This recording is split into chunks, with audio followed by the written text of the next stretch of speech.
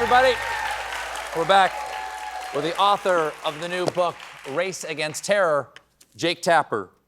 I find it hard to believe that for whatever reasons that the Trump voters may have voted for him that I may or may not, understand, I find it hard to believe that they would want the executive branch to be able to exercise this kind of capricious power. Because the one thing that we know is that once a president has a certain power, the next president is not going to give up that power. So I've been in D.C. now since '92, and once a standard is eroded, it doesn't come back. Once a president finds a new toy, a shiny new toy, the next president likes to use it, maybe even more so. And I've seen it with Democrats, and I've seen it with Republicans. And you're right. I mean, and this is why I think it's a little alarming that more conservatives who are theoretically in favor of free speech and the right to offend people without the government intervening, that they're applauding this because they don't like you, or they don't like Jimmy, they don't like your kind of comedy, whatever. They don't seem to understand the next Democratic president's going to take out this shiny new FCC toy and use it against them, which will also be horrible, because presidents are not supposed to do this. Now,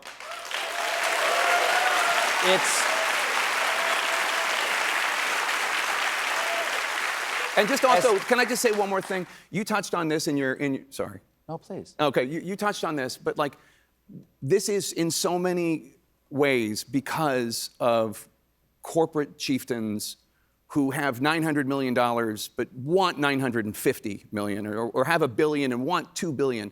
They are acquiescing to this because the power that President Trump and his team have is the power of the FCC or the power of the Justice Department. You mentioned Bob Iger now gets to decide what happens to Jimmy Kimmel, in addition to ESPN, which is owned by Disney, wanting the NFL channel. Disney also, they bought Hulu, and they want to get Fubo TV, and there's a whole question about, is that too much? Is that too much sports streaming content? And he has business, Iger, before the Justice Department. So what do you think he's going to do with Jimmy Kimmel? Is he going to poke the bear, Donald Trump, or is he going to ignore this great tradition we have in this country of not acquiescing, of media, newspapers, comedians, television, not acquiescing to power? I'm very curious because I don't know what he's going to do. We don't know. It says suspended indefinitely, but we don't actually know. This could be the end. They could backtrack on this. I mean, basically, if you don't work for Donald Trump, you think this is a stupid thing to have done. You think that this is a corrosive thing to have happened. And again, even if you don't like Jimmy, and you and I know him and love him, but even if you don't like him, it's a horrible precedent. It is so short-sighted. And I remember having this conversation once with somebody in the Obama administration about the unilateral exercise of a power that Obama had got his shiny new toy. It might have been drones. I'm not really sure. I forget. Yeah. But I said, what happens when it's President Sarah Palin? And, he didn't really have an answer. I can't believe you said that name, and I went, that would be an improvement. That would be an improvement. President Trump has brought a lawsuit against the New York Times, the Des Moines Register, the Wall Street Journal, 60 Minutes, and George Stephanopoulos. What's the mood like among you and your journalist friends? I mean, it's a very chilled atmosphere. I mean, I think it's not enjoyable. We all have to keep our head down and focus on the job and report the news and be fair and honest and truthful. And that job has not stopped, but it is very clear from the actions already of Disney and of Sherry Redstone and Paramount, and what's going on right now with ABC, and we don't know how it's going to end, that the money has an impact.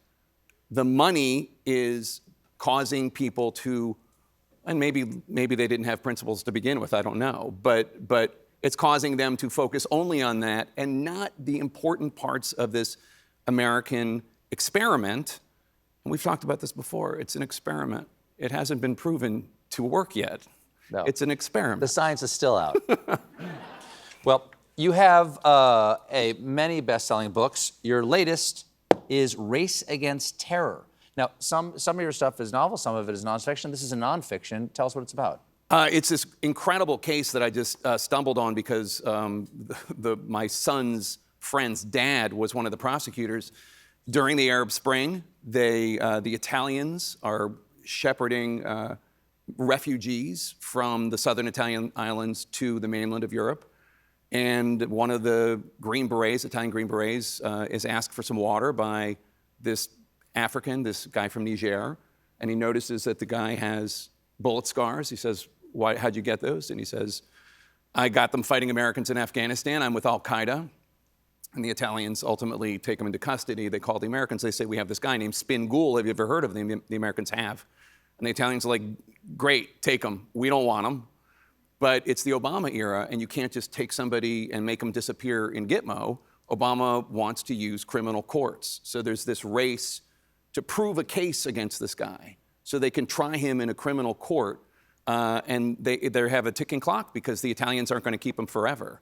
And if the Italians let him go, his goal is to kill as many Americans as possible. So it's just this incredible true story with really just compelling characters, and it was a joy to stumble on and to report. Jake, thanks so much for being here. It's great to be here. Good to see you again.